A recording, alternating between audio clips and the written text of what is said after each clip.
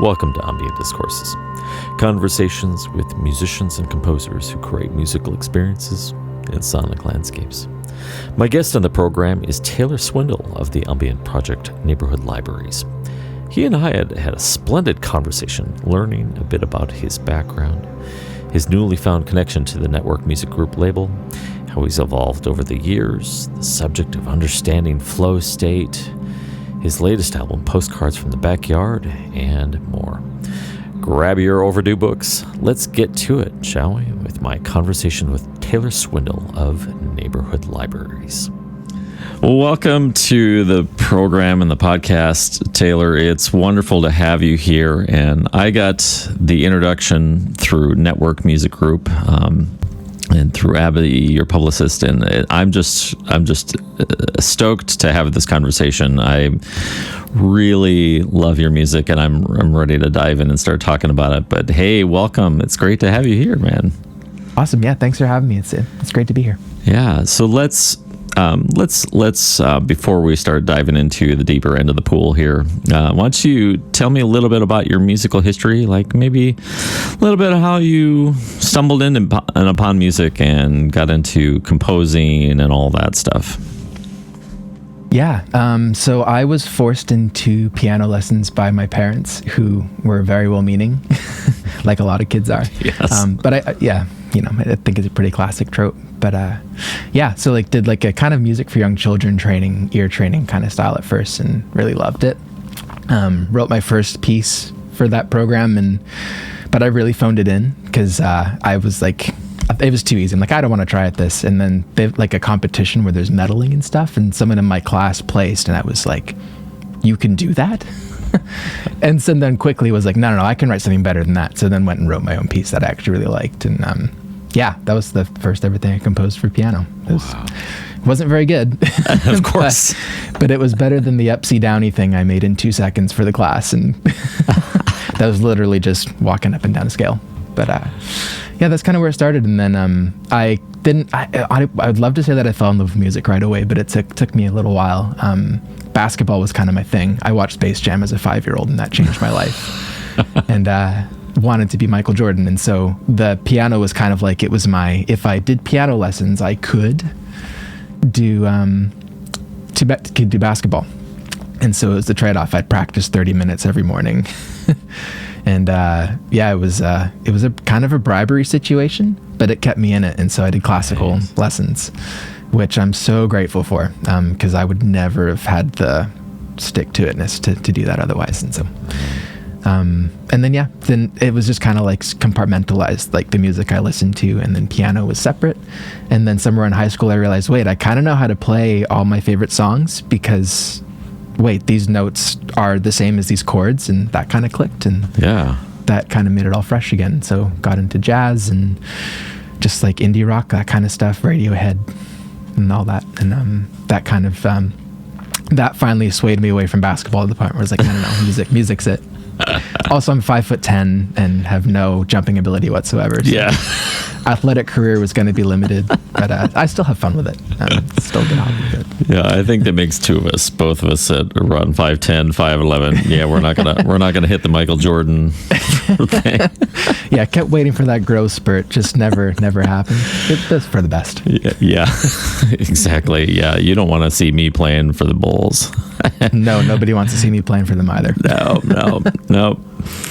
So cool. You started doing the piano thing. You got into classical jazz and a little bit of the indie rock. When did things kind of start turning for you where it really started becoming more serious? Yeah, kind of after high school. I started a band and did that. I had a band called The Tourist Company, and wrote all the songs. I was a lead vocalist, played guitar and keys, and just kind of that was my jump in. I didn't really go to school for music after high school. I was more of I'd rather just do it, for better or worse. And so I always learned better by ear, which made classical training difficult because my teacher would have me sight read and then eventually just would be like, oh, just listen to it. Because it was just, I learned so much faster that way. And yeah, I still need to work on my reading chops. I can, but I'm still working on it. Oh, that's a thing that won't ever stop. My reading chops are so terrible. So it's almost like I'm talking to a mirror here. I'm glad I'm not the only one. It's almost embarrassing, the amount of time it takes to sit down and sight read a piece. It's like, yeah, we're gonna be here for a long while. Go grab not just a snack. You're gonna need sustenance for the week. You're gonna need provisions. Yeah, you need camping supplies, a tent, like everything you need. Yeah, I'm the same. And so yeah, the band kind of I never really made it huge, but it made it enough to tour and do that, and make some records and play kind of around the world with that. And then that got me playing with other bands as well. I actually kind of played bass for a few people, like just whatever people needed, and learned some drums, kind of picked up all the instruments kind of that way, just by, oh wait, this person needs someone to play this. I guess I should learn that instrument and figure out how to do it. Which was a really fun way to kind of pick it up, like learning people's tendencies that way. And so, which, yeah, kind of helps lend itself to composing quite naturally, because you learn to think about writing from different points of view in an ensemble, whether it's a band or an orchestral ensemble. Like you think, okay, what would it be like if I don't play the violin, but what would it be like if I wrote this as a violinist? And what would it be like if I wrote this as a pianist or as a guitarist or as a bassist?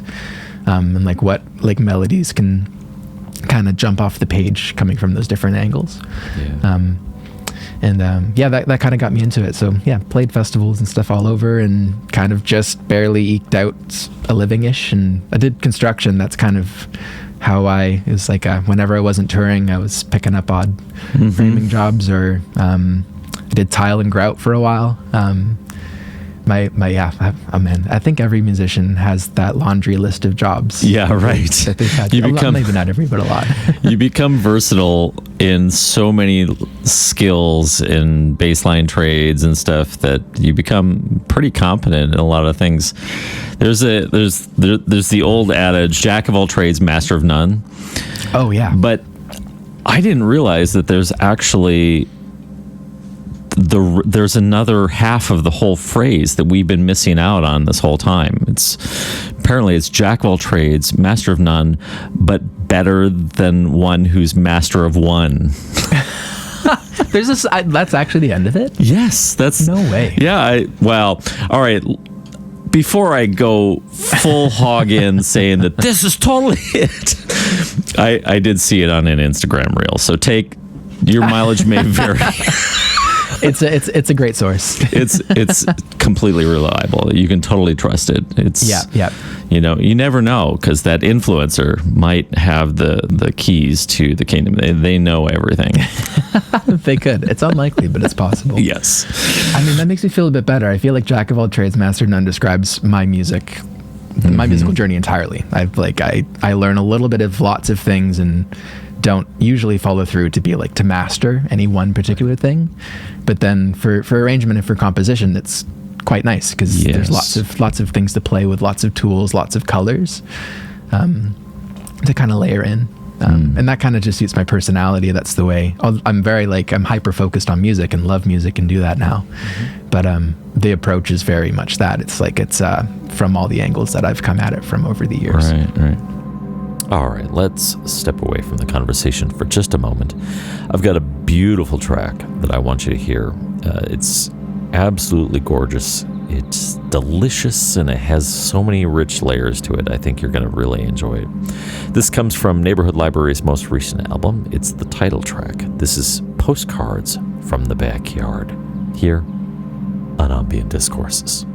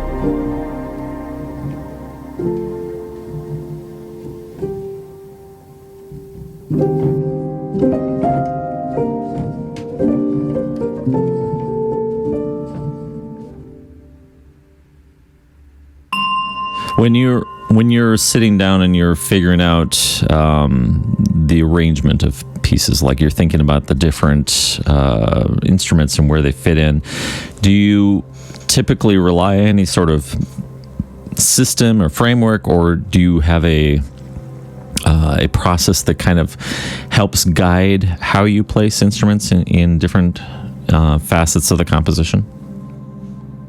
Yeah, it kind of varies project to project. I like to think more emotively and kind of seeing how the instrumentation lends itself to the emotion that's trying to come across and what it's doing. Right. And one of my favorite things about writing in the Neighborhood Libaries world is it's a bit more defined than I've usually had in the past. Like with the band, it was very maximalist and lots going on. Everything was very bombastic and like lots of layers. And kind of chaotic in a fun way. And then this project is kind of the antithesis of that.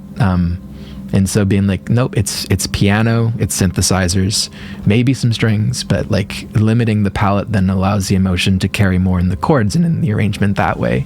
Mm-hmm. And so with that, yeah, it's like it's more how I want it to feel and where the motion should come from, and what layer should be carrying that, depending on like what should carry the depth, what should carry, and trying to like walk that line of bittersweetness, like not having anything be too saccharine, while still like carrying the emotiveness across. Yeah, I like how you think about that and where you're going with that. It's almost like you're taking kind of a litmus test every step of the way. Like, okay, how is this feeling to me? You're kind of gauging the appropriateness. Is it too schmaltzy or is it just right? That kind of thing. Yeah, I like that. Within the ambient genre, so the approach that you're taking when you're kind of evaluating as you're going, and you kind of the way I see it, you're giving your music a lot of space to breathe, and you're also giving the listener a lot of space to kind of consume your art, your music as it is. I noticed this more in the ambient genre, and yours is no exception to that, where like I've taken your latest album with me on a couple walks now. It's been with me with walking the dog, and it was just wonderful. It was this magical experience for me. It was the piano is really tender and sensitive and not bombastic and not trying to assert itself. And all of the synthetic layers that you've added in there just creates this open texture and space, and it's sufficient room for a listener to just kind of drop in and let your imagination run wild with it and generate your own stories or your own universe. And for me, your album was kind of instrumental, pardon the pun, on really helping me sort through. So on my walks, they're kind of meditative walks. You know, I usually contemplate things or work through things or just plain old listen to music. But I really loved the space that you provided in there and the openness, because it allowed me then to simultaneously really just love and cherish every note,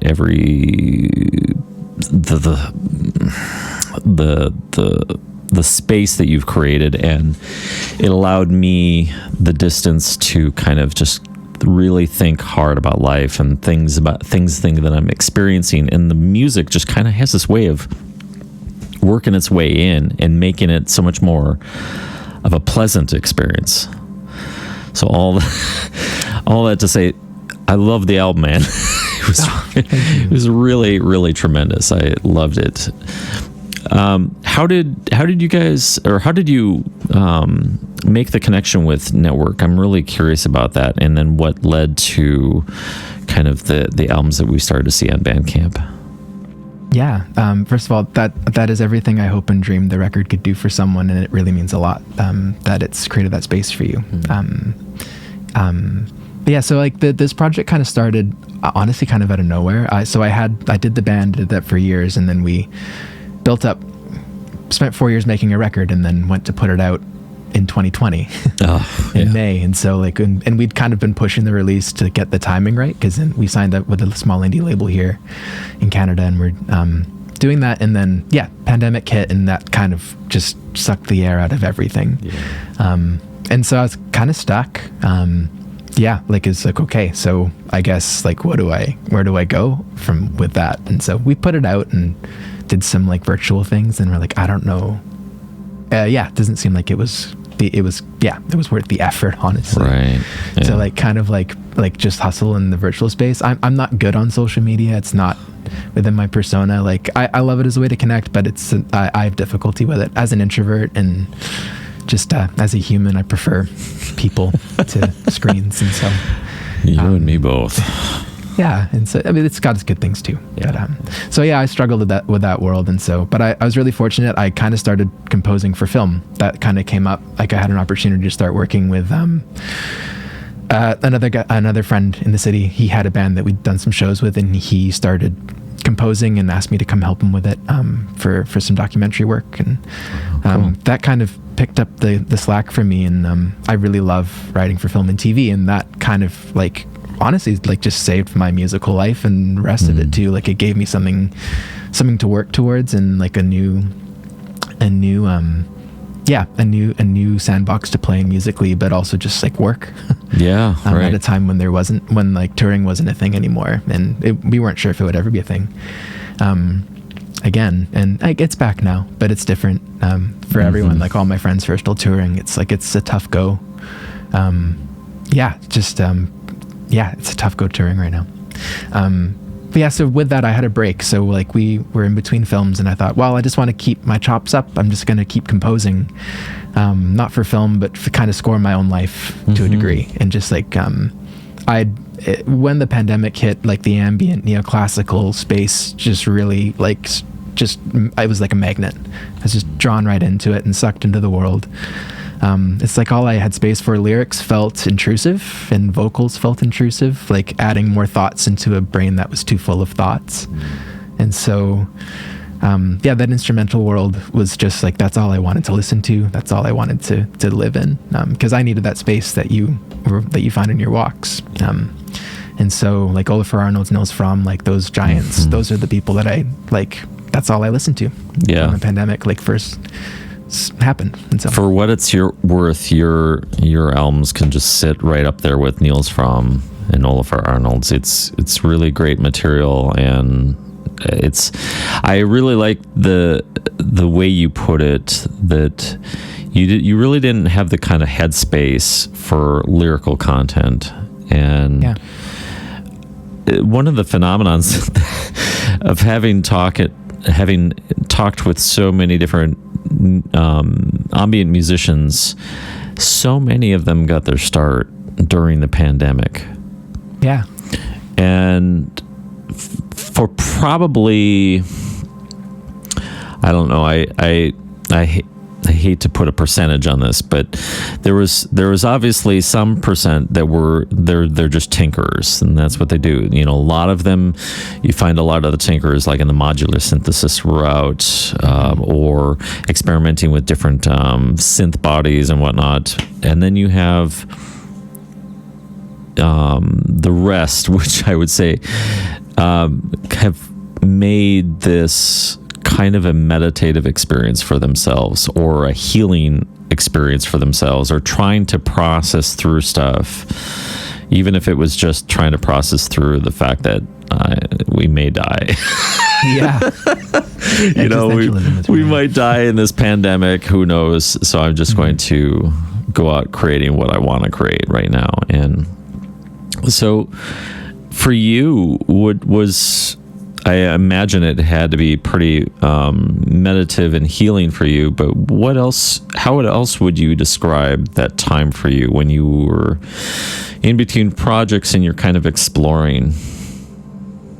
It was the first time I've not second thought something I was creating, which was interesting. Wow. It was very instinctual. I just was I'm going to make it from start to finish, make each track. And that was the golden hours kind of era with the first 2 EPs that I made. Mm-hmm. I made them almost at the same time, and just kind of worked from track 1 through, and was just I'm not going to overanalyze everything. I'm just going to emote and make something and see what it is. And I mixed it all myself. I mastered it. I never mixed anything that I'd released before, and mixing is still, I don't understand it. But it was just I had a limited amount of time, and it's I'm just going to do what I can in this window, and it is what it is. It was fortunate. The label that the band was on, they'd started an imprint for ambient neoclassical music, and they asked to put it out, and so they put it out, and it did better than anything the band ever did on streaming, and so wow, just kind of took over, and in a really natural way. But it was also one of the more honest places I've created out of, because usually I'm thinking and layering and overthinking and overanalyzing, whereas this project, it's a lot more. It's more therapeutic for me as well, and also without writing lyrics, I think I can leave more on the page without feeling like I'm being as vulnerable. In a good way. But so it's funny to have instrumental music be more vulnerable than lyrical. But it is a weird dichotomy there, where you can really have this tenderness that can only happen without words. Mm-hmm. Granted, I've heard some really absolutely stellar, beautiful compositions that have lyrical content to it, but it's less distraction because you don't have the human voice involved. That's kind of how I feel, and it felt then and still do, and it's still mostly what I listen to. I'm starting to trickle back into it and be curious about it again. Which is probably good. Are you enjoying the podcast? Become a monthly sustainer today at stolus.com/support. Your modest monthly contribution helps enable me to improve the programming, reach a wider audience, and provide you with quality ambient content. Please become a monthly sustainer today at any amount. Visit stolus.com/support. And I've got another great track. This comes from Taylor's band, The Tourist Company, and this single was released back in 2018. This is Spokane, here on Ambient Discourses.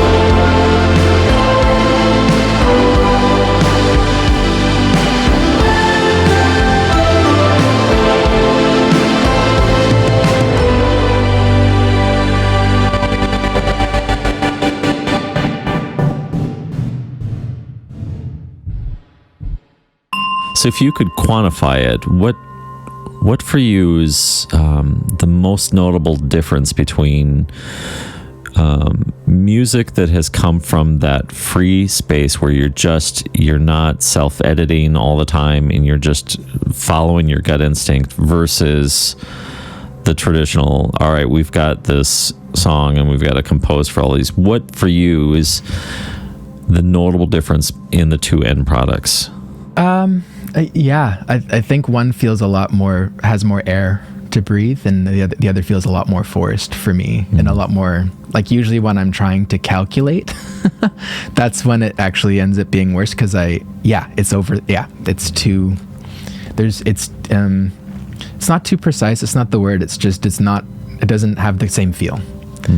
And so I really walk that line for myself. It's like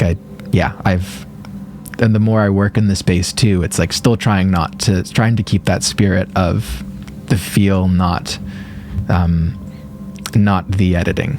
And so it's just, it ends up becoming more stifled for me. And so, and everyone's different. Like, I'm still a very obsessive person. So the second record and the first release was Nettwerk was a lot more, I had more time and more space. And so there were good things about that as well. But I still really want to keep that spirit of a very improvisational approach to composing still. And that's still how I write, even like in all parts. That's just how I create. I like to just kind of feel out the space and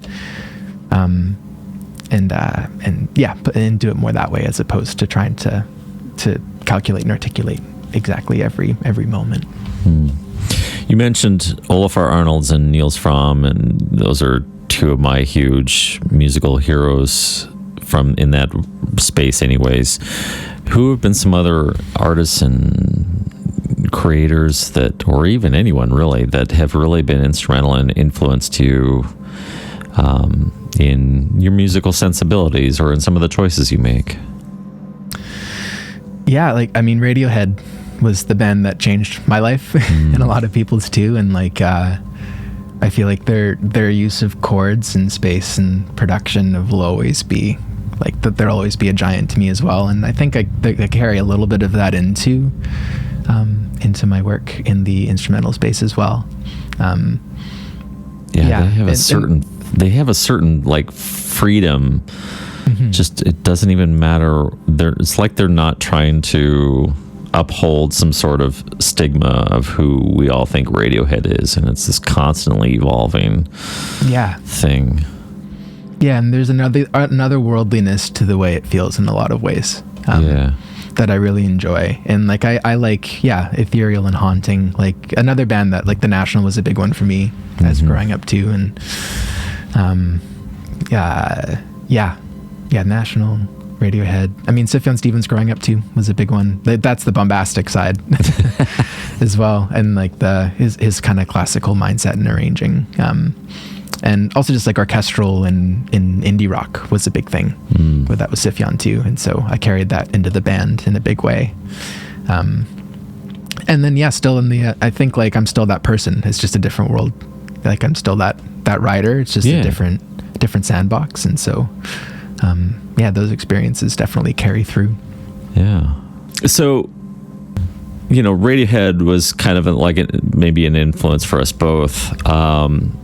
And I don't know if you've seen like The Smile, Tom's new band. Holy cow. So good. It's so mind-boggling. It's like, where did you guys come up with this stuff? The soundscape is so unworldly. I'm slowly warming up to this idea that Tom York is really an alien. You could convince me pretty easily. I don't know. He's a genius. As our tastes have evolved, and as we evolve as musicians, what are some of the things that you've noticed about yourself as you've kind of gone through these different phases in your life, and what do you see as like some of the common elements and some of the more notable changes that have kind of occurred in you as a musician? I think I'm a lot more patient now.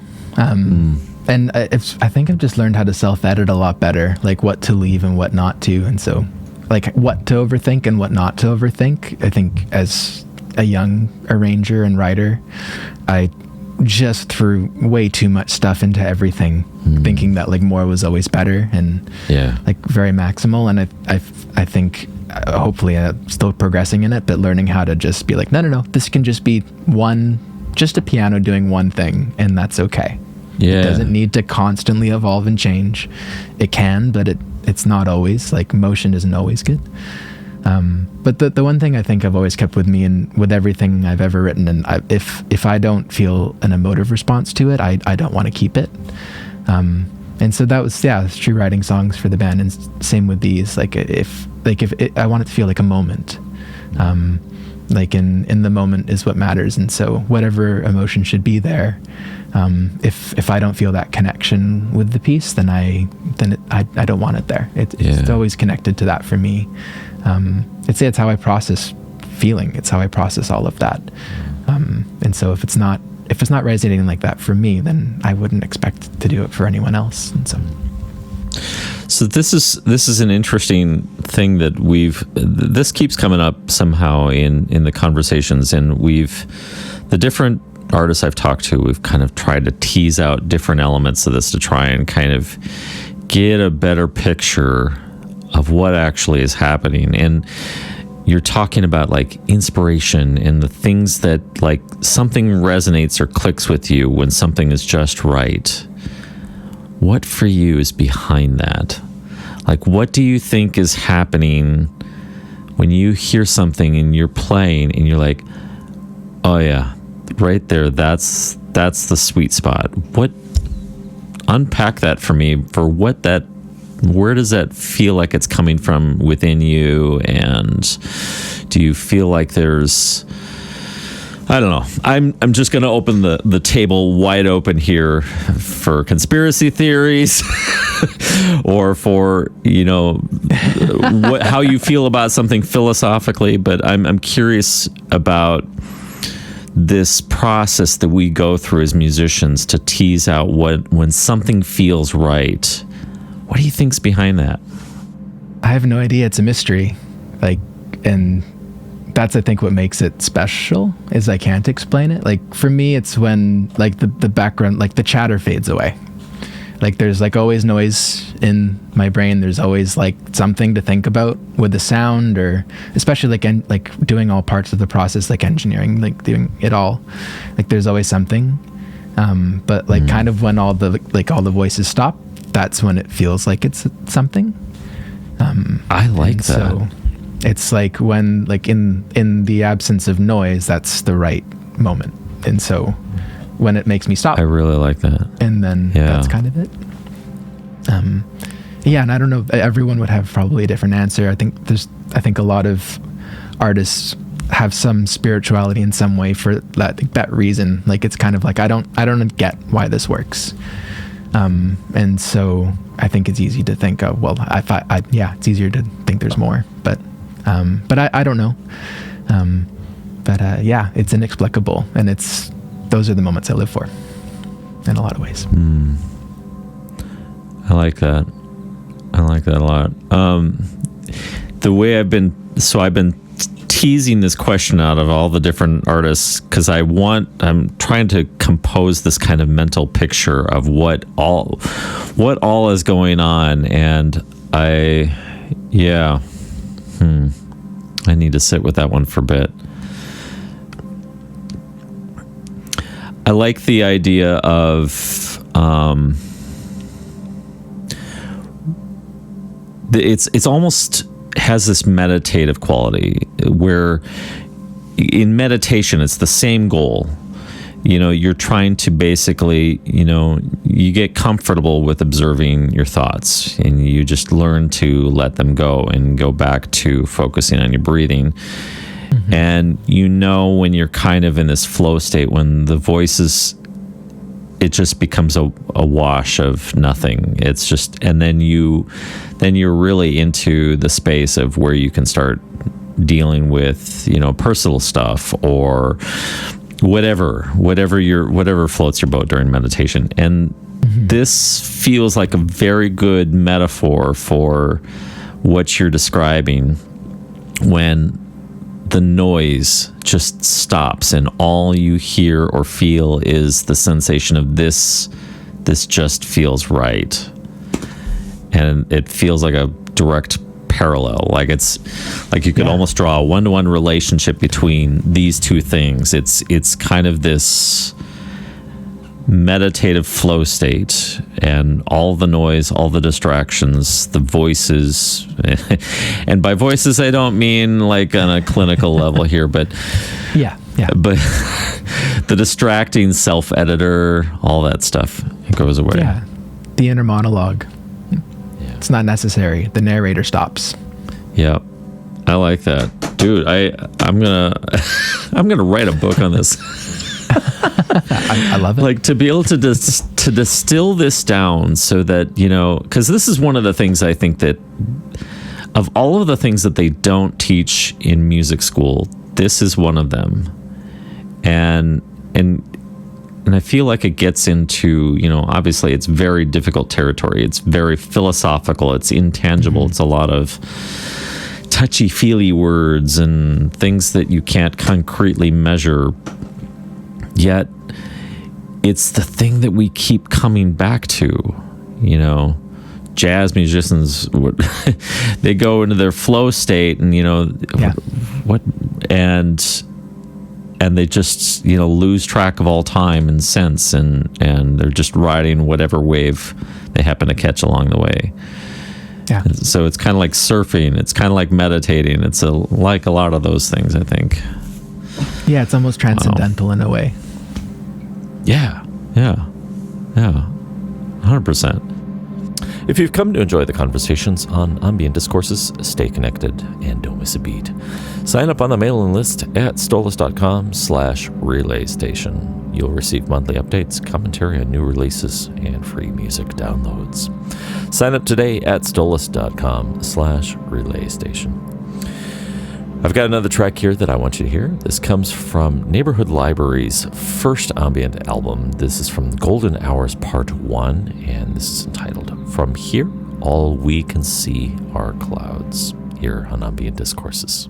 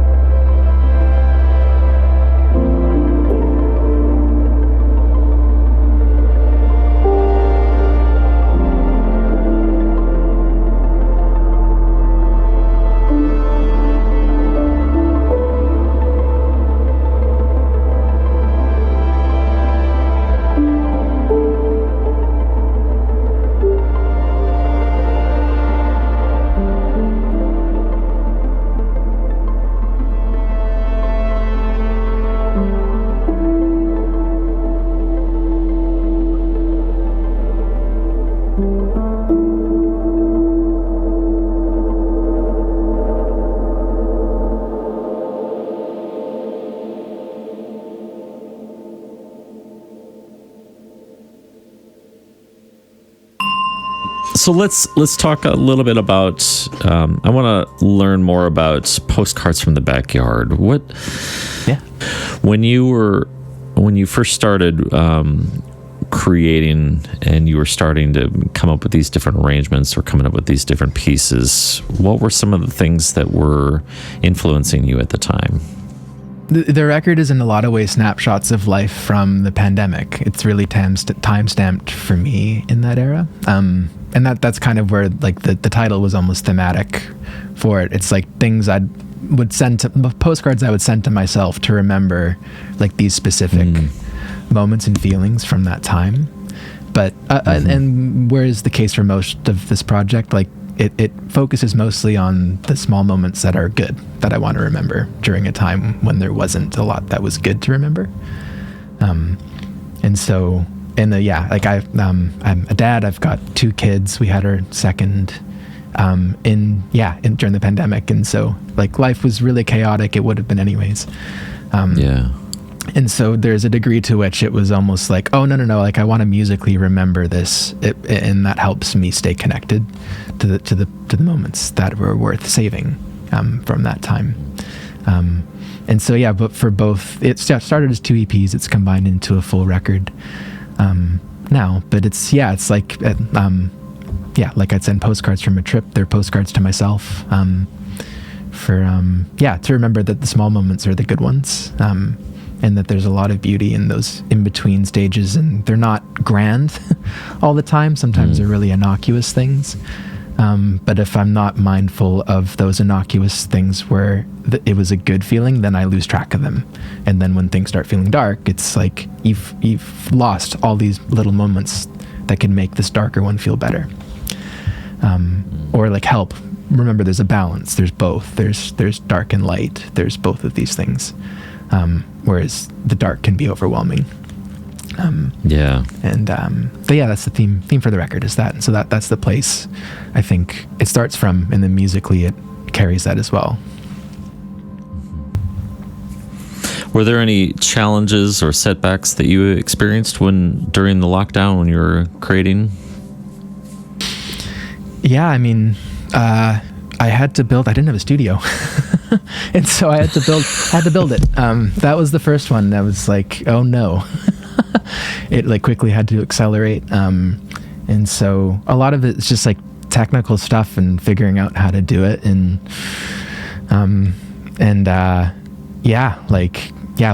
Learning the space, learning equipment and gear. Like I haven't really recorded that much music on my own. Like I've worked in studios lots, but it was like, okay, it's a lockdown.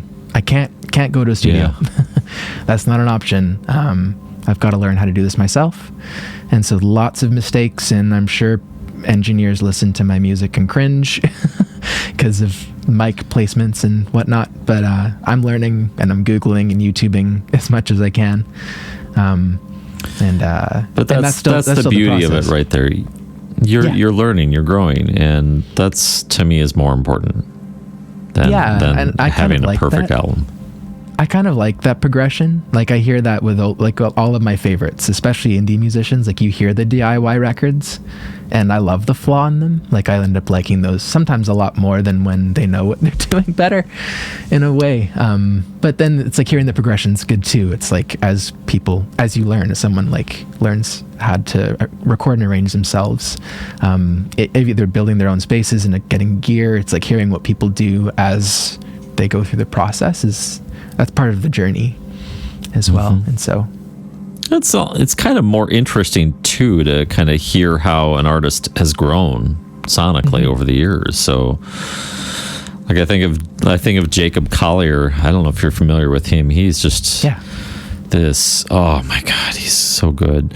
But even for as meticulous as his music is and erratic and like, I've never heard anyone manage to create music that conjures up color in my imagination. But his music, I see vivid colors, and it's not a drug trip. It's just a music trip. It's just his music, but even him with his level of talent and his mastery of the sonic space, even his releases, they keep getting better and better and better and better. And it's just like, where's the ceiling for you, dude? He doesn't have one. No, it's just perpetual motion. I know he's gonna suck us all into some distant black hole with his amazingness, and it's gonna carry us off Earth, off the orbit. So yeah, I think that's perfectly acceptable. If your music isn't perfect, and shoot, mine isn't perfect. I mean, and I don't care. It's going to be irrelevant anyways for many of us. 100 years from now, most of our relatives are going to be like, I don't remember anything about that guy. Yeah. I don't know anything. I got a photo. And I found some, what are these MP3s? I don't know what that is, Yeah. It's the perpetual, we're going to end up becoming irrelevant anyways to the people that live well beyond us. And that's okay. That's all right. I like, it's the work of its time. I like what you're doing. There is progression, and you can hear even some nominal growth between, from some of your earlier works to your latest album. And it sounds, I don't know, I like it. It sounds polished, but it also feels real and human. And that's a difficult thing to pull off, I think. All right, we're going to step away from the conversation for just one more time. And we're going to check out a track. It's one of my favorites. Comes off of Neighborhood Libaries' recent album, Postcards from the Backyard. And this track is entitled Like We Were Dreaming All This Time, Part 2, here on Ambient Discourses.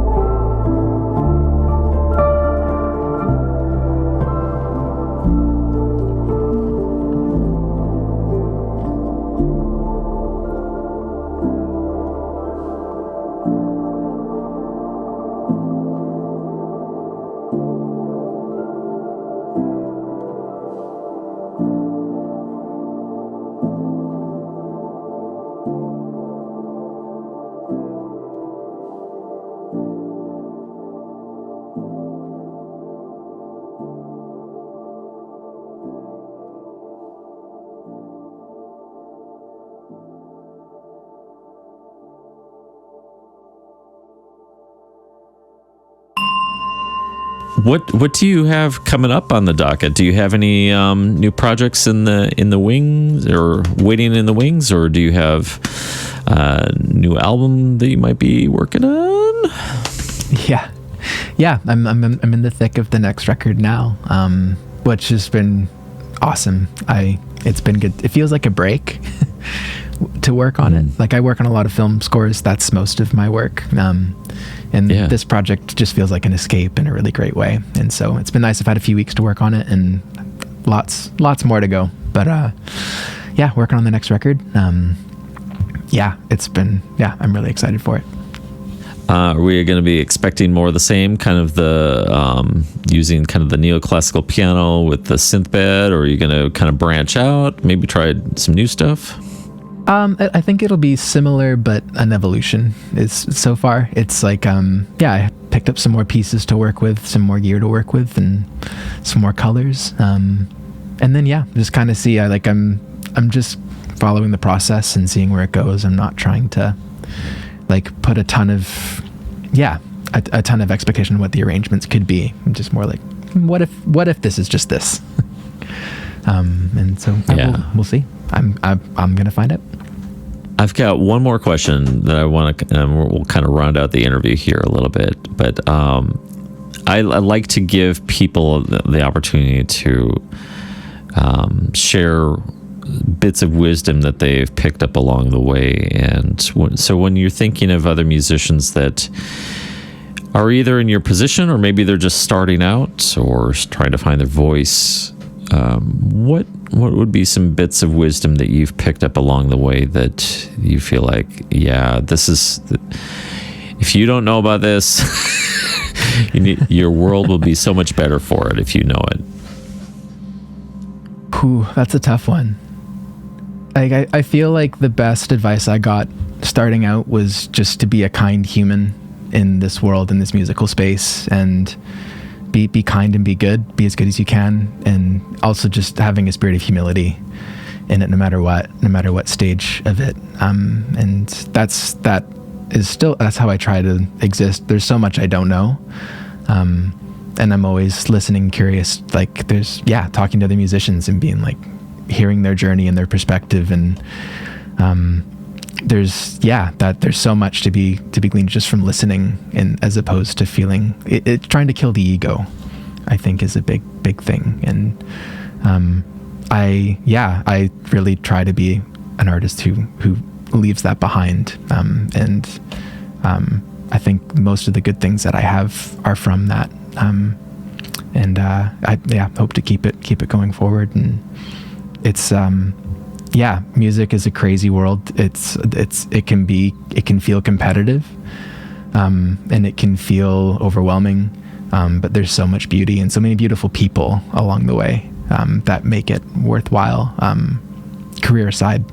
And I'm really grateful for the journey I've had, and hopefully can continue to have. Just keeping the spirit of kindness is a big one for me.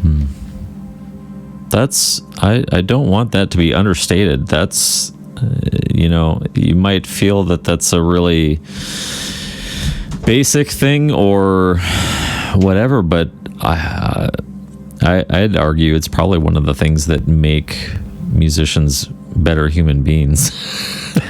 That the element of kindness and humility. Humility is a big one, I think. It's a tough balance to hold, because you feel everything about our culture telling us that we need to go out, be big, be loud, have this huge persona, and do whatever you need to do to further elevate that, and just get your name out there, get your brand out there, your identity. But the approach you're talking about is a lot more subtle, and it requires to kind of stop and listen, and not feel like you have to fill the air with your voice all the time. Yeah. And I like that, and I really applaud that. That's an element that's really important to you in approaching how you treat other people and how you treat life, and with kindness and knowing that, coming at it with also a lot of humility, because you don't have all the answers. I really don't. None of us do, really. Yeah. If you think about it, we're all kind of just flying by the seat of our pants, at thousands of miles an hour on this rock going through the universe. We're just making things up as we go along. We really are. And I discovered that too. It's like people I assumed had everything dialed. I'm like, no, they're making it up too. And that's okay. That's part of the process, and it's a good part of the process. And so. Yeah, it's a great dance. Just kind of figuring it out as you go along, and there's no hard fast rules. I don't think, anyways. Not unless you're trying to play a specific game of someone's model of how things are supposed to be done. But yeah, I really like the more improv nature of life, and just figure it out as you go. And it takes so much pressure off you to have to be like someone. Yeah, it lets you be yourself. Yeah, and that's okay. It's like, especially like in the music world, as an introvert, it's like, oh, that's an oxymoron. It's not like, it's an oxymoron. It's an odd space to be in, but I think there is space for that, and that's okay. Yeah. And quite honestly, it's, how many egos can we consume anyways when we're doom scrolling Instagram or whatever? It's, yep, there's another ego. Yep, there's another ego. Yep, there's another ego. Yeah. It gets a little overwhelming. Just always want to make sure mine isn't one of them. I'm with you there. The older I get and the longer I'm at this game, the more I realize how so much of it just doesn't matter. And it can be ultimately simplified by just living here right now in this moment, and what feels most connected to the space around me, or to the universe, or the cosmos, or to source, if you want to get really deep and philosophical about our connectivity to all things. But living simply in the moment, reducing your ego, being humble and kind to other people, and kind with your music. Like, I think that's one of the greatest gifts that you have to give, is you've provided us these amazing spaces in your music, and they're tender and sweet. But they're not syrupy sweet. It's genuine. It feels like it's an authentic part of who you are, and your sensibilities and your personality, and it shines through. And I think it's what you've created here is just wonderful, and I feel my life is enriched because of it. So thank you, Taylor. Appreciate it.